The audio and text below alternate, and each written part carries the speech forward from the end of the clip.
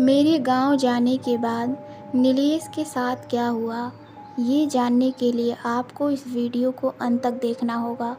वैसे नीलेश यहाँ तक कैसे पहुँचा, नीलेश की कहानी शुरू कहाँ से हुई, अगर आपको ये जानना है तो आप इस कहानी का पार्ट 1 देख लीजिए। तो चलिए बढ़ते हैं आगे कहानी की ओर।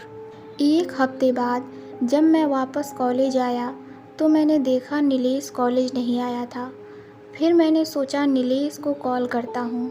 मैंने कॉल किया पर उसका मोबाइल स्विच ऑफ बता रहा था। मैंने नेट ऑन किया, सोचा कि उसको व्हाट्सएप पर मैसेज कर दूँ। जैसे ही मैंने अपना नेट ऑन किया तो उसके कई मैसेज आ गए। मेरे गांव में नेटवर्क नहीं रहता, इसलिए मैंने अपना मोबाइल चेक नहीं किया था। ये मैसेज नीलेश ने मुझे 4 दिन पहले किया था और मैं आज देख रहा था। नीलेश ने उसमें लिखा था कि मैंने तुम्हारे पास कई बार कॉल किया पर तुम्हारा नंबर नेटवर्क से बाहर बता रहा था, इसलिए मैं व्हाट्सएप पर मैसेज कर रहा हूँ क्योंकि मुझे लग रहा है वो मुझे छोड़ेगा नहीं, मैं बच नहीं पाऊँगा। इसलिए मैंने अपनी सारी कहानी अपनी डायरी में लिख दी है और वो मैं अपने हॉस्टल के कमरे के सामने वाले बरगद के पेड़ के नीचे अपनी डायरी फेंक दिया हूँ। अगर मुझे कुछ हो जाता है तो मेरी डायरी से मेरी ज़िंदगी की असलियत लोगों के सामने तुम लाना। तुम मेरे भाई से भी बढ़कर हो। बस इतना ही मैसेज नीलेश ने मुझे भेजा था और उसी मैसेज के अनुसार मैं उसके हॉस्टल के कमरे के सामने वाले बरगद के पेड़ के पास पहुंचा, जहां मुझे एक डायरी मिली। मैं उस डायरी को खोला तो देखा ये नीलेश की ही डायरी है। मैंने देर न करते हुए डायरी उसी पेड़ के नीचे बैठकर पढ़ना शुरू कर दिया। जहाँ तक नीलेश ने मुझे अपनी कहानी बताई थी, उसके आगे के पेज को मैंने पलटा। वहाँ नीलेश ने लिखा था, आज मैं वापस अपने हॉस्टल में रात में आया।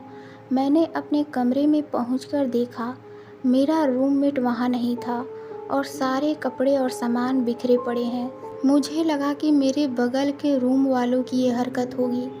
मैं बाहर गया, देखा मेरे फ्लोर पर सबके रूम में ताला लगा है। फिर मुझे लगा कि शायद ये मेरे रूममेट ने किया होगा। रूम के इस हालत के बारे में हॉस्टल के मैनेजर से बोलने गया और मैंने अपना रूम नंबर बताया। मैंने ये भी कहा मुझे शक है ये सब मेरे रूममेट ने किया है।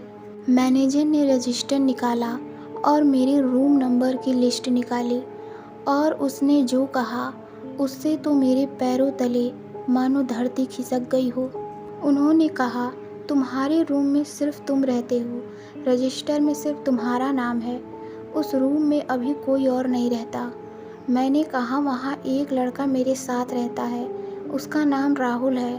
तब मैनेजर ने थोड़ा सोचने के बाद बताया, राहुल नाम का लड़का आज से 1 साल पहले उसी रूम में रहता था जिसकी लाश एक दिन उसी कमरे में मिली। उसने चिट्ठी में लिखा था वो फेल होने की वजह से और पढ़ाई के डिप्रेशन की वजह से सुसाइड कर रहा है। इतना कहकर मैनेजर अपने घर की ओर निकल जाता है। मैं बहुत ज़्यादा डर चुका था। मैंने सोचा अपना सामान पैक करके यहाँ से निकल जाता हूँ, कुछ दिन कहीं भी रह लूँगा पर यहाँ नहीं रहूँगा। मैं अपने रूम में पहुँचा और सारा सामान पैक करने लगा। अचानक ही कमरे का दरवाज़ा बंद हो जाता है। मैं खोलने की कोशिश करता हूँ पर वो नहीं खुलता है। फिर मैंने जल्दी से अपना मोबाइल निकाला और तुम्हें फ़ोन लगाया। जब फ़ोन नहीं लगा तो मैंने तुम्हें व्हाट्सएप पर मैसेज कर दिया और तभी मेरे सामने राहुल की आत्मा आकर खड़ी हो गई। मेरे कमरे में एकदम अंधेरा हो गया और मैंने अपने आप को बाथरूम में बंद कर लिया। टॉर्च जलाकर डायरी में ये बाकी सारी बातें लिखकर खिड़की से पेड़ के नीचे फेंक दिया। इसके आगे डायरी में कुछ भी नहीं लिखा था। नीलेश के साथ क्या हुआ ये मुझे जानना था, इसलिए मैं नीलेश की डायरी पढ़ने के बाद तुरंत ही उसके हॉस्टल में उसके मैनेजर से मिलने गया और उनसे पूछा कि नीलेश कहाँ है।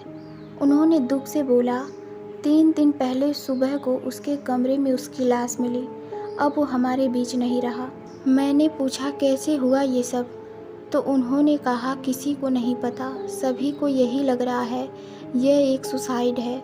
उन्होंने कहा अब उस कमरे में ताला लग गया है और आज भी उस हॉस्टल में वो कमरा बंद है। तो दोस्तों, आपको ये कहानी कैसी लगी हमें कमेंट में ज़रूर बताइए। तो मिलते हैं अगली कहानी में। धन्यवाद।